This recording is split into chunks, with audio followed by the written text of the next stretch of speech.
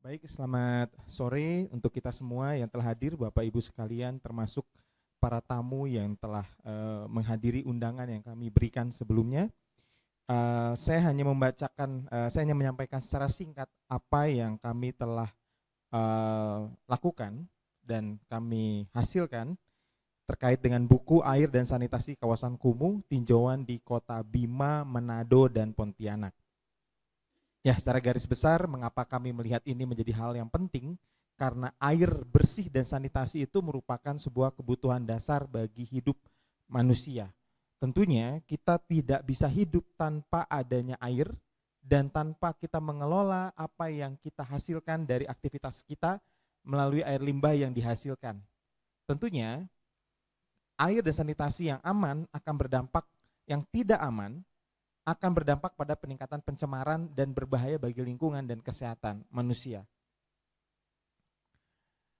Apa yang terjadi saat ini di Indonesia sebenarnya sudah dalam hal target menuju arah positif, karena sampai dengan tahun 2022 peningkatan akses sanitasi layak di perkotaan, terutama karena fokus adalah di perkotaan, itu sudah mencapai 83,8%.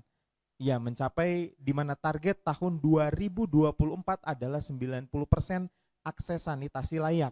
Namun, kalau kita lihat lagi, sebenarnya angka-angka yang besar ini didominasi pada wilayah-wilayah perkotaan yang mengarah kepada perkotaan maju di kota-kota besar. Justru di beberapa kota di Indonesia masih terdapat nilai yang kurang baik, ya, belum mencapai di angka yang diharapkan untuk mencapai angka 90% di tahun 2024. Nah, kalau kita lihat sendiri definisi dari pemukiman kumuh, itu adalah pemukiman yang tidak layak huni karena ketidakterawatan bangunan, tingkat kepadatan, bangunan yang tinggi, dan kualitas bangunan serta sarana yang tidak memenuhi syarat. Di kota-kota besar, pemukiman kumuh ini muncul oleh karena berbagai pertumbuhan, baik itu oleh karena pertumbuhan penduduk itu sendiri maupun kedatangan penduduk dari sisi urbanisasi. Ada banyak kota-kota di Indonesia yang penduduknya itu kebanyakan adalah penduduk yang aslinya adalah tinggal di kabupaten, di desa-desa, tetapi kemudian mereka memilih bekerja di kota atau sebaliknya, tinggal di kota, bekerja di pemerintahan kabupaten. Hal ini bisa menyebabkan munculnya pemukiman-pemukiman yang pada akhirnya pemukiman tersebut muncul masyarakat yang berperilaku hidup bersih dan hidup yang tidak bersih dan tidak sehat, atau rendahnya tingkat kesadaran masyarakat. Dan ada beberapa wilayah lingkungan pemukiman yang fasilitas air limbahnya tidak layak, ada genangan air hujan dan sampah yang tidak terkelola baik seperti yang muncul tampak lihat di sini dan juga di sini. Selain sanitasi, kita perlu lihat juga bahwa akses air minum di Indonesia targetnya pada tahun 2024 adalah 100% layak. Sementara baseline tahun 2018 untuk air minum juga targetnya 15% aman. Namun hal ini belum 100% dapat terlayani sesuai dengan target yang diharapkan. Di sisi yang lain, banyak kota di Indonesia yang bermasalah dengan banjir. Banjir yang akan membahayakan terhadap aspek kesehatan, sanitasi, dan juga masyarakat. Di sini ada hasil penelitian di Bekasi, Palu, Makassar, dan Lombok Timur. Nah, lalu seperti tadi yang telah disampaikan oleh Dr. Hertzan, ya, betul ya? It is true. It's good. I tell your name, ya, Hertzan, ya. Oke.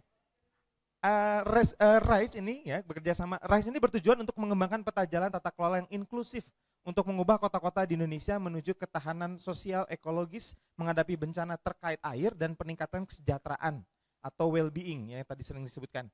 Dan untuk hal itu, maka dalam hal ini sebagai penelitian bagian awal yang kami juga turut lakukan di dalam penelitian ini, kami melihat interaksi sosial ekologis di kawasan kumuh di 3 lokasi berbeda di Indonesia, yaitu Kota Pontianak, Manado, dan Bima, yang memang tadi di dalam pembahasan penelitian sebelumnya belum ada disebutkan ketiga kota ini.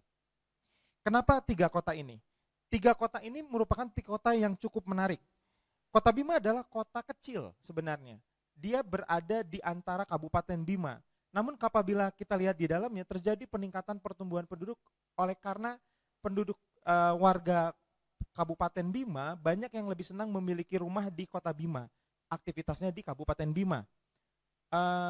PNS pegawai negeri itu banyak yang tinggal di Kota Bima tapi bekerjanya di Kabupaten Bima. Begitu juga sebaliknya. Akhirnya banyak yang orang berpindah ke Kota Bima.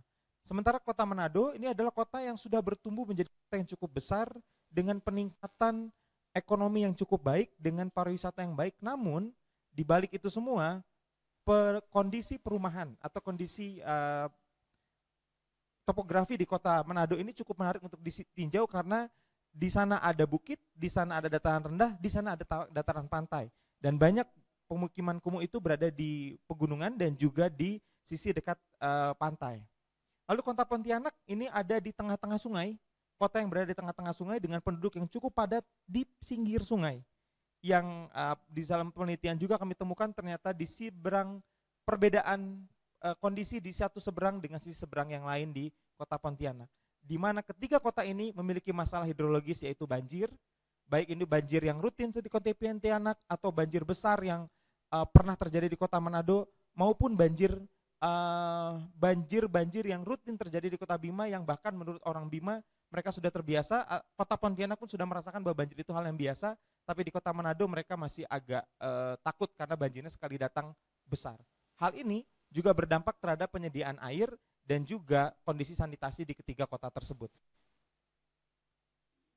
Maka kami tinjau ke tiga daerah tersebut dengan melihat SK Kumuh. SK Kumuh itu adalah sebuah peraturan yang dibuat oleh wali kota, dalam hal ini adalah untuk menilai kondisi pemukiman yang ada di kota tersebut dengan meninjau berdasarkan pada peraturan Menteri Pekerjaan Umum tahun 2018, di mana di sana ada beberapa poin penilaian yang 2 diantaranya adalah terkait dengan sanitasi dan juga penyediaan air minum.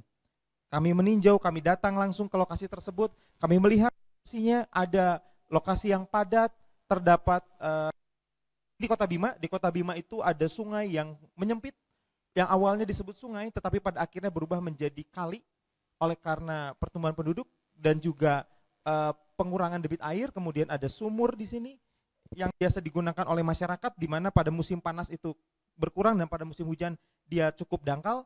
Lalu kemudian lokasi perumahan di pinggir sungai. Di sini kita lihat ada toilet, ya ini toilet yang dibangun tapi tidak jelas fungsinya. Ya, dan banyak hal temuan-temuan ditemukan di sini. Ini baru satu kota. Kota berikutnya, Kota Manado. Kota Manado juga kami meninjau sebelumnya kota-kota yang wilayah yang ditinjau ini pada keputusan wali kota Manado, dan kami menuju juga banyak hal-hal menarik di Kota Manado. Di sini kami meninjau area yang di perbukitan, di tengah kota dan juga di sisi laut, ya, yang kurang lebih sebenarnya sudah lebih baik dibandingkan Bima, tetapi masih terdapat hal-hal yang perlu untuk dilihat lebih lanjut terkait dengan sanitasinya. Terakhir adalah Kota Pontianak. Di Kota Pontianak ini cukup padat, dan yang padat itu adanya di pinggir sungai. Ya, beberapa pemukiman adalah pemukiman tradisional, ya, dekat dengan Kesultanan Pontianak. Dan ya tentunya pemukiman sungai, di sini banyak sampah yang menurut warga bukan sampah mereka, tetapi sampah yang terbawa oleh aliran sungai. Tapi di sisi yang lain kami temukan juga memang ada sampah yang muncul juga oleh karena aktivitas warga. Itu baru satu sampah. Air limbah di sini ada instalasi ya semacam pengolahan air limbah komunal ataupun personal warga, tapi rupanya ini tidak digunakan oleh karena dibangun oleh pihak ketiga, dan hal-hal lain yang kami temukan di Kota Pontianak. Dan apabila Bapak Ibu dan rekan-rekan semuanya ingin melihat lebih jauh, kami telah siapkan buku ini, buku Air dan Sanitasi Kawasan Kumuh, Tinjauan Kota Bima Manado Pontianak. Kami